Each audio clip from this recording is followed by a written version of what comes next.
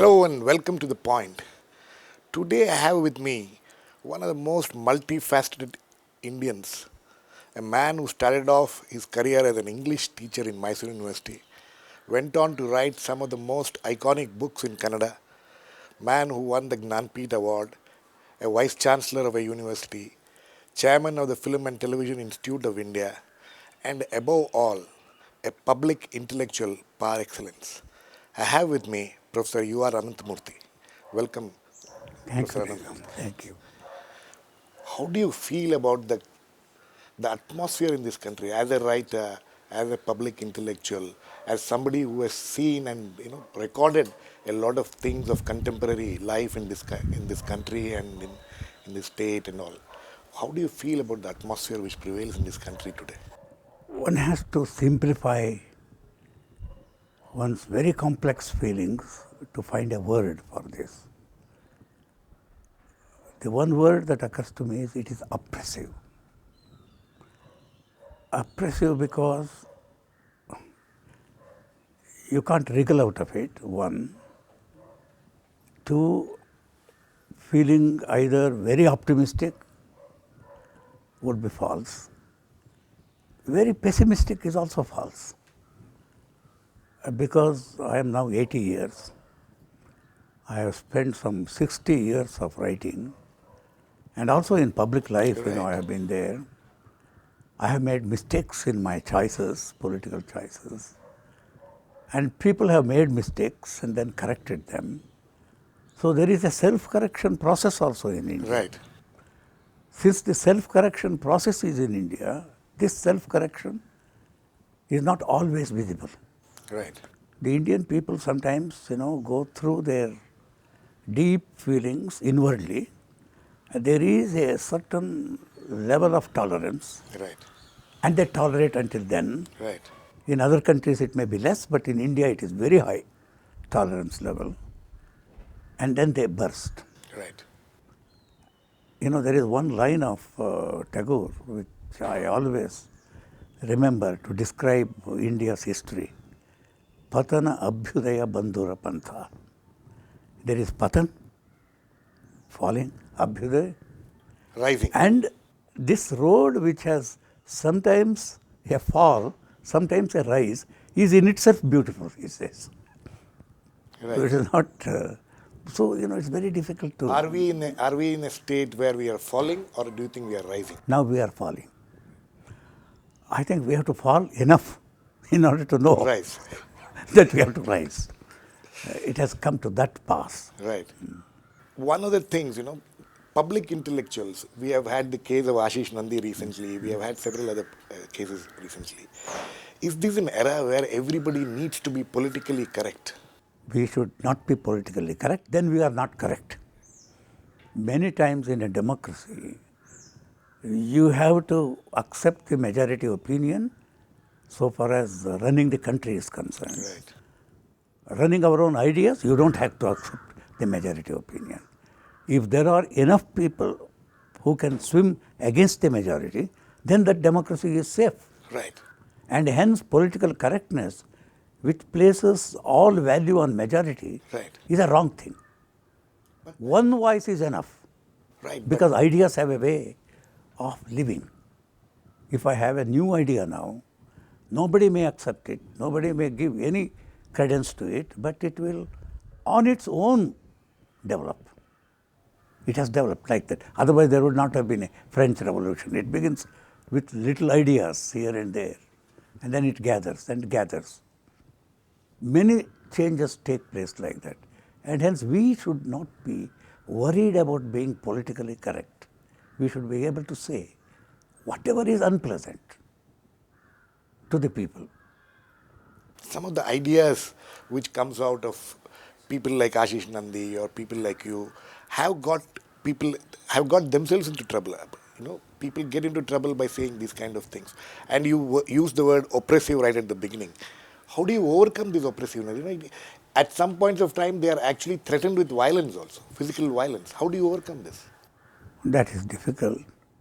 I do not know whether I would voice an idea if I am bothered that I may be physically annihilated. even then I may express an idea. There are people who do that. It's very difficult to claim that I will be one of them. Right. I mean, it's like boasting. But if you are really possessed by an idea, which is for the common good of humanity, that should be there. The common good of humanity should be the utmost criterion. Then you may even get a courage. Right. Now take for instance, nobody talks about Gandhi's last fast. Exactly. We talk about all these other fasts. The last fast was to make India pay the money to Pakistan. Exactly. He fasted against India. And he lost his life. He lost his life. This, I think, is moral courage. Even if there is one person like that, Gandhi will always tell you the idea of a nation is not enough. The idea of justice should go beyond the idea of a nation. You spoke of the idea of justice. Today, the idea of justice is people baying for the blood of the people. Death penalty has become a. Today again, we have heard that a mercy petition has been dismissed. We have seen hangings in this country. People baying for their blood. People are talking about people being wanting people to be hanged. Why is this kind of a feeling emerging in this country? What is this frustration? What is it? That feeling will always be there, vengeance. Vengeance is there in Hamlet, for instance. But he can't take vengeance because he has a conscience. Now we have seen a great drama there. Conscience against vengeance. People also have vengeance and also have a conscience. Sometimes, our media pays more attention to vengeance than to conscience. Why do you think they do that? Because media has its own way of selling itself. It has its own self-interest. It has become a very powerful thing today. And hence, if there are some feelings in me, it can always exploit one of the feelings in place of any other feeling. It doesn't appeal to all. It appeals to whatever makes it gain its advertisement. This is one of the reasons why people don't think straight now. They get manipulated every moment of their life. You think it is this distorted versions of which I presume what you are saying is what the media creates. Media makes use of it. It is not that it is not there in me. It is there in me. Yes. But the media makes use of it. That's what I meant. Media projects it beyond Projects it beyond the limit. Do you see any change happening in this country because of this? What kind of moral values have evolved because of this? There was this incredible thing which happened in Karnataka on one of the television channels, in Kannada television channels recently, where a couple lost their child, because of some medical negligence, and next morning they were there on television whole day sitting and talking about the death of their child. How do you see this kind of things happen? This kind of, is it the craziness to be before the media? What is this? Would you expect parents who have lost their child a day, not even 24 hours back, sitting in television studios for hours together and talking about it? I always connect deep sorrow with silence. There is something like silence which speaks much more than words do. When parents are in deep sorrow, if they are in deep sorrow, they won't talk too much about it. Exactly. That's what I believe. And I think even these parents who talk too much will one day regret it. There is something like shame. We feel ashamed of ourselves. Right. Sometimes. And sometimes, not to talk is a very dignified way of expressing your shame. We talk too much now. There's too much of words. And words have lost their meaning. And this whole issue, you don't know how much you should talk, you don't know what you should talk, who will get offended by what you will say. This has become a problem for anybody in public life nowadays, right? Yes. There was, I have some memories, I remember Kripalani once telling in the parliament, he is very angry, so angry, that he gets up and says, if this goes on, I will have to walk out. I will never forget. Walking out was a big gesture of defiance for me. Yes. This is the old Gandhian way. And now we have lost all that capacity to shame a man with one word. You know, words have lost their capacity to convey genuine feeling because we have misused words. And by shutting Parliament every time, it has become a meaningless act now. It has become a meaningless act because they do it over and over again, over small points. And then we say, when you attack the Parliament, it's a heinous crime. It is a heinous crime if we have enough respect for the Parliament. Now, when parliamentarians themselves see that the Parliament doesn't work, they are already shooting the Parliament. Right. And if somebody else comes and shoots the Parliament, people are not shocked because they themselves are doing it. Right. This is, as a person, I feel a great institution is abused. Right. Abused by its own people. Right. It should not be. You have been many things in life. You have held many positions. You have done many things. One thing you have not done is you have not entered politics. Why? I wanted to. You wanted to. I wanted to. I thought of it. I didn't want to enter it through Rajya Sabha. I wanted to fight a Lok Sabha election. Because, we all thought that we could do it because there was a time in Karnataka when you didn't have to spend too much money to win an election. I think everyone has a dream, and in the dream you can dream of something. If somebody puts me in prison, I can't go out. I can sit and dream that I am free. Dream is one thing which can give you freedom even in a prison. So in an oppressive atmosphere like this, there must be some people who dream of better. Let me come to your the political choices you have made, the kind of things you said right at the beginning. You said you have made mistakes. You have realized those mistakes. What those mistakes are. Do you think it was a mistake on your part? Now looking back, you have this benefit of hindsight now. When you were seen as supporting when Yediyurappa became the Chief Minister of Karnataka, you wrote a letter to him. You were very praise. There are a lot of praises about him. When you look back, do you think you made a mistake? I wrote it politely because I knew Yediyurappa as a peasant leader. As a matter of fact, we socialists were leading the peasants, and then he took them away. So he was a man of the people. When a man of the people comes to power, he must have some hope that the man of the people will do something, because it's a chance. So with that kind of hope, I wrote to him.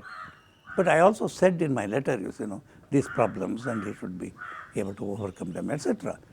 It's a feeling of being a Shimuga man. So that affinity of the I always deal with politicians with that kind of thing. I have some hope that somebody will change. Do you know why? Take Pakistan. The problem of Pakistan is there are no Pudaris in Pakistan. And hence either the military should rule or the elite class should rule. There are no Pudaris. Whereas in India, every mohalla has 2 or 3 Pudaris from every part. And sometimes we curse it, but sometimes, democracy is impossible without Pudaris. Number of people who come into politics, yes, whatever party.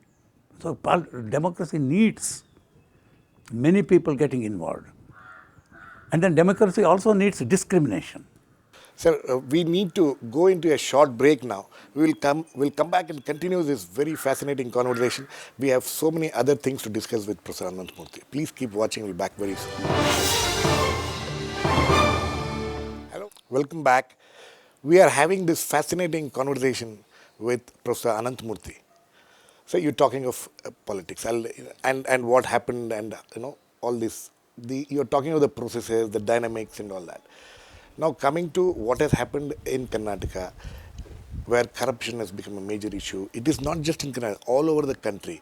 Do you think this has led to disillusionment among the people. Do you think to what extent are the people responsible for this state of affairs? I Or tell is it you, just the leaders who have created this problem? a great injustice in this is to lose all faith in politicians. Right. If you lose all faith in politicians and parliament and assembly, then there is no democracy. It leads to something worse. That's why I said Pakistan can't come back to democracy because there are not people exercising democratic rights. Exercising democratic rights rightly or wrongly? Wrongly. Right? No, they don't have democratic rights even. Yes. They don't even think that they can play any role. Only the military can play a role or the elitist clan. Right. Whereas in India it is not like that. That's why I said we have Pudaris Right. coming up. Who was Yediyurappa? Right. He came up. Who was anybody? A man like Bangarappa, who was he? And he came up. India has produced from the lowest of the low classes Right. people with a political awareness. Right. This is a positive thing. Right. What is negative? That which has come up like this now doesn't know where to go. That is the problem. And hence there should be corrective politics now. Right. They should be tested now. One of the mistakes I made, I said, not this, there was a major mistake I made. During emergency we felt hopeless. And then we joined with a communal party. Absolutely. And Jayaprakash Narayan himself said, Sangha Parivar, I trust. If they are fascist, I am also fascist. Right. I was a great admirer of Jayaprakash. What did Jayaprakash produce? What did the great movement of Lohia produce? It produced a number of very corrupt people everywhere. Was Congress an alternative? No, we had to find an alternative. Right. But we didn't find the correct alternative. We have failed. We have failed means even JP has failed. Lohia has failed. But have they failed in creating an awareness? No. They have not failed in creating an awareness. They have created an awareness, but to evolve institutions which can embody this awareness is not there. Nehru created many institutions which can embody our awareness. Right. Some of those institutions have gone on. Right. He was a great creator of institutions. We have not created any new institution which can embody, even a Lokpal we have not been able to create, which can embody an awareness of Justice. politics. Justice. Justice. So, so you're talking of all these things. So, do you see what kind of politics do you see emerging in this country? Now there is this big debate going on in this country. Two people are kept, in front. The media projects two people. They say so and so versus so and so. Is that what this country needs? No. I will never accept a Modi. Because when you talk of efficiency, good governance, I am always reminded of the 1930s when there was a chaotic situation in Europe, so chaotic that a Mussolini emerged and a Hitler emerged. When they emerged, they seemed like saviors of the people. Right. To even intelligent people like us. In England, some poets even hailed it. And that is happening in India now. What we need is not a man who creates fear in the people and then get them to act correctly for a while and then they go their own way later on. That has always happened in history. We have not learnt so you can't rule a vast country like India through an iron hand. You can't. So it has to, somewhere we have to go back to the dream of Gandhi. He said, I want India to be not like a lion or a tiger. I want it to be like a porcupine. A porcupine has its instrument everywhere in its body. Yes. Nobody can catch a porcupine. Right. So if every gram is a needle, and India is a porcupine, nobody can. So a certain kind of decentralization of a vast scale where the individual is made completely responsible for his well-being and his community's well-being is the only path, And it takes a long time to. Professor Ananthamurthy, the problem is, we talk of all these things. We talk of in this country, there are two voices emerging at the same time. One is some people say we want decentralization, and a lot of people also talk of centralizing power. Somebody with great authority who should be ruling. There should be a lot of discipline. So there is these two streams of thought at the same time. Sometimes same people indulging in both these No, the ideas. very rich want a man like Modi. The big industrial powers and so on. That is because their only mantra is development. I have often thought, shall we use another word? Not development, Sarvodaya. If you use the word Sarvodaya, then your whole idea of development will change. It doesn't need a Modi then. Inclusiveness is part of it. You don't need a Modi for Sarvodaya. You need a Modi for development. Europe also needed its own Modis for development, of the kind in industrialization. What horror in England, industrialization. It was not a good time. It was a very unhappy time. And they could industrialize also because they were in power in India, and all the money that they earned here went into. That's why I say it is not the British who gave us railways, we gave them the railways. Okay, that has happened. So you need a Modi for that. But if your idea is Sarvodaya, because in India there are thousands of millions of very, very poor people. We don't know what intelligence they have, Right. what capacities they have, how many Nobel Prize winners potentially are there, and people who don't even have a hut to live. Right. So you have to think of Sarvodaya in India and make all development in the direction of Sarvodaya, not in imitation of becoming like a Western civilization. Find an alternative. I go even so far as to say, if Manmohan Singh goes to United States, he should talk to Obama about Sarvodaya. Right. It They is not also merely need me. it. He needs it. They also need it. They also need it. Europe needs it now. That is the idea. Now we have to really hold on to. That's why I said I don't want to give up, because after a certain degree of development, which makes it impossible for you to go from one part of Bangalore to another part. Like it happens it's a marathon race for people every day. When it becomes impossible, then people may want something else. People may want to go in cycles. In cycles. But there's no space on the road for cycles also. Anyway. But in Europe, this is happening. It is happening. This is happening So in Europe. even in India, there's some youngsters that are talking about it. Anyway, I want to go to completely another issue.